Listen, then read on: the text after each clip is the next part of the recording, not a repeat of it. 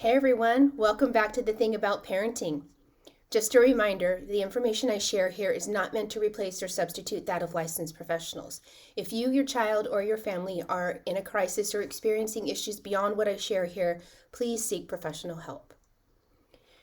So I wanted to talk about healthy and unhealthy relationships to food and how these things can be fostered.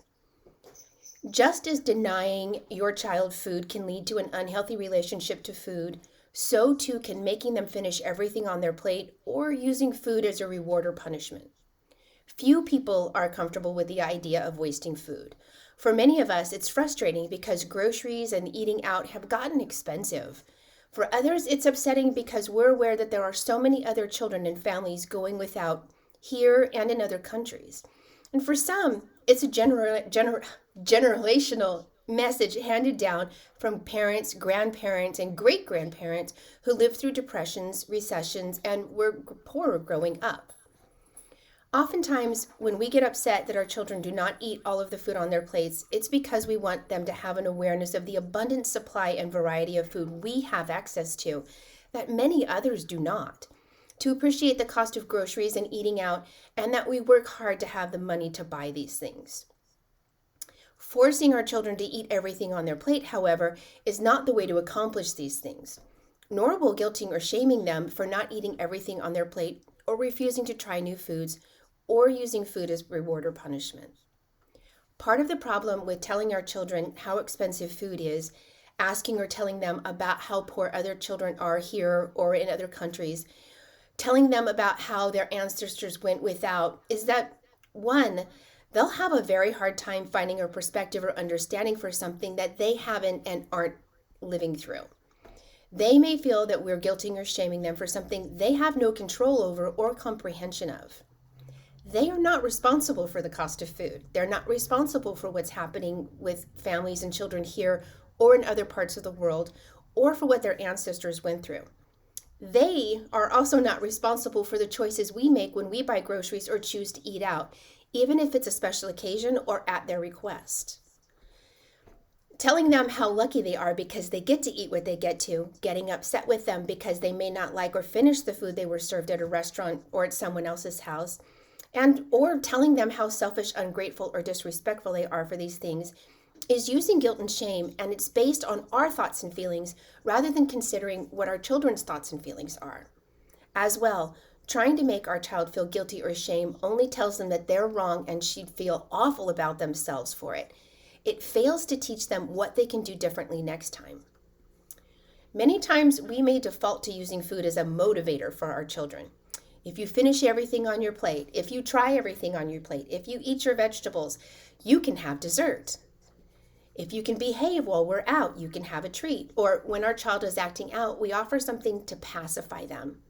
Or we may have used food as a reward or punishment for any other number of conditions. The problem with that is that it can create an unhealthy relationship for our children with food.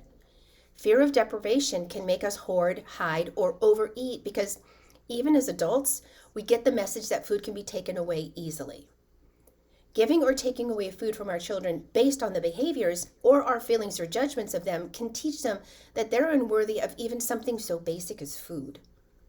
Imposing or projecting our feelings and opinions on them based on how they eat or don't eat can teach them that they should be punished, and they may internalize that on themselves and deprive themselves of food later on as their own punishment.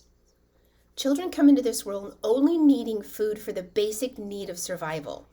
Children aren't thinking about food, scarcity, cost, waste, etc. like we do, at least not until we teach them to think of it that way. We want to teach our children to have a healthy relationship with food. The key word is teach. Everything we say and do with our children is taken in by them, some things more than others, and especially when they're younger. If you have children, you will notice that sometimes what we think we're saying and telling our children may be interpreted differently to them. And we can get more into that in a different video. But for now, as I talked about earlier, while we may think that we're trying to get our children to appreciate the cost of things that others go without and to give them some perspective that we think is valuable to them, they may hear it as guilt, shame, or blame. When we're hoping to motivate them to behave or choose in a certain way by offering or taking away food, they may interpret food as being conditional, at times over things they have no control over.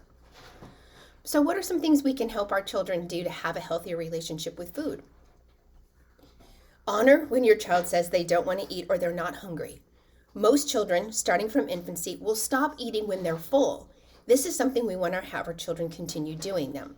Forcing them to finish food, eat what they don't want to, or when they're not hungry, or putting conditions on food can create a problem with overeating. When you put the food on their plate, do small amounts. This helps prevent waste. It can help them feel less stressed about how much they think they have to eat. It gets them used to smaller portions, and it illustrates to them how, when they start making their own plates, to start with smaller amounts.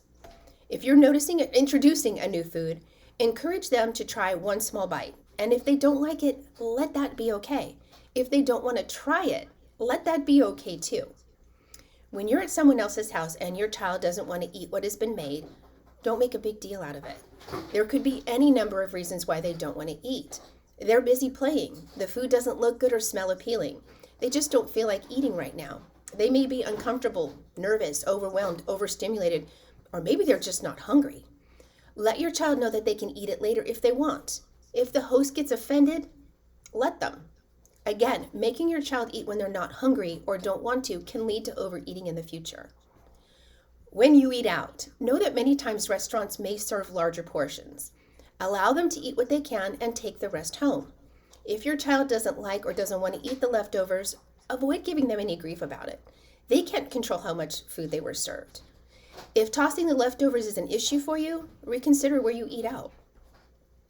When your child starts making their own plate, help them. Encourage them to start with smaller portions, letting them know that they can get more later if they're hungry. Avoid forcing them to eat everything they serve themselves, shaming them for taking too much, or admonishing them because you had told them to take less.